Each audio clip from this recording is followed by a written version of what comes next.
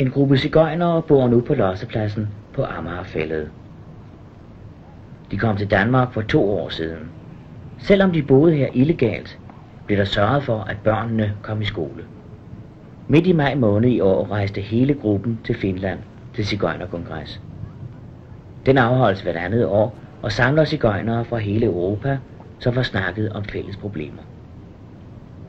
Efter kongressen besluttede gruppen af økonomiske grunde at rejse gennem Norge tilbage til Danmark. Kun 50 kilometer inde i landet blev de standset af det norske politi. I 12 dage blev sigøjnerne tilbageholdt. De fleste norske aviser betegnede det som interneringer. Midt i juni accepterede de danske myndigheder at tage imod de 69 sigøjnere.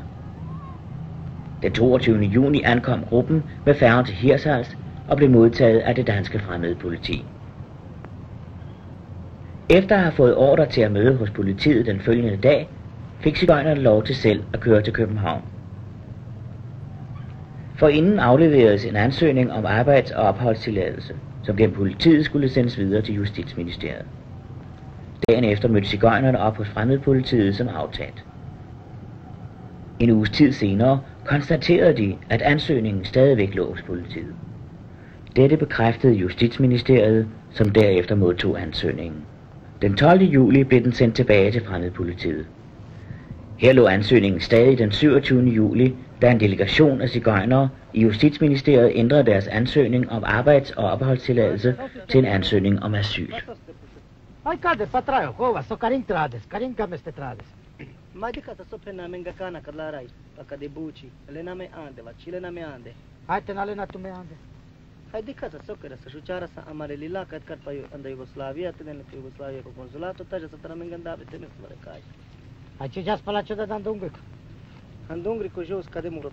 Sigøjnernes eget sprog hedder romani. Næsten ingen andre forstår det. Men sigøjnerne taler også andre sprog, fordi de har været nødt til at rejse fra land til land.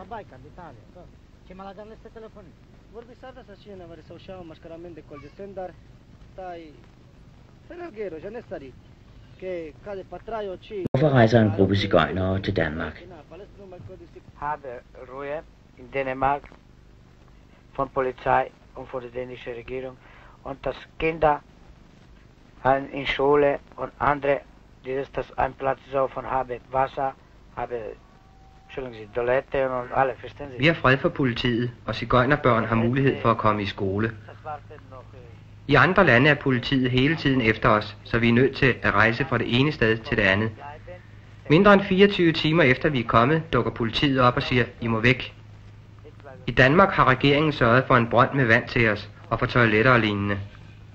Så meget gør andre lande ikke for sigøjnerne. Vores børn er ved at blive store, og blandt andet derfor ønsker vi ikke at rejse rundt i Europa. I Italien, Frankrig og Tyskland findes familier, som evigt og altid rejser rundt i deres campingvogne, som sælger tæpper og smykker. De ønsker ikke noget fast opholdssted, vil ikke arbejde på fabrik, have hus osv. De lever livet fra den ene dag til den anden. Et sådan liv er ikke noget for os. Jeg har selv 6 børn, som gerne skulle lære noget, gå i skole og have en uddannelse. Kan I blive boende her på pladsen? Nej, men foreløbig må vi vente på svar fra Justitsministeriet. Hvis ministeren siger, at vi kan blive her, kan vi få hus eller lejlighed og begynde at leve et normalt liv som de øvrige danskere. I rejste fra Finland til Norge.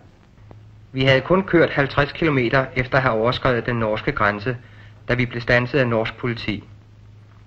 I 21 dage blev vi tilbageholdt. Vi kunne ikke komme tilbage til Finland, vi kunne ikke komme til Sverige og heller ikke til Danmark.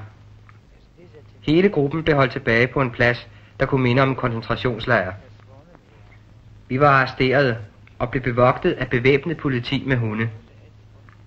Sådan gik 21 dage. Hvis en kone ville hen til det nærmeste sted for at købe limonade eller lignende, blev hun straks ført tilbage med den besked, at sigøjnerne skal holde sig i ro.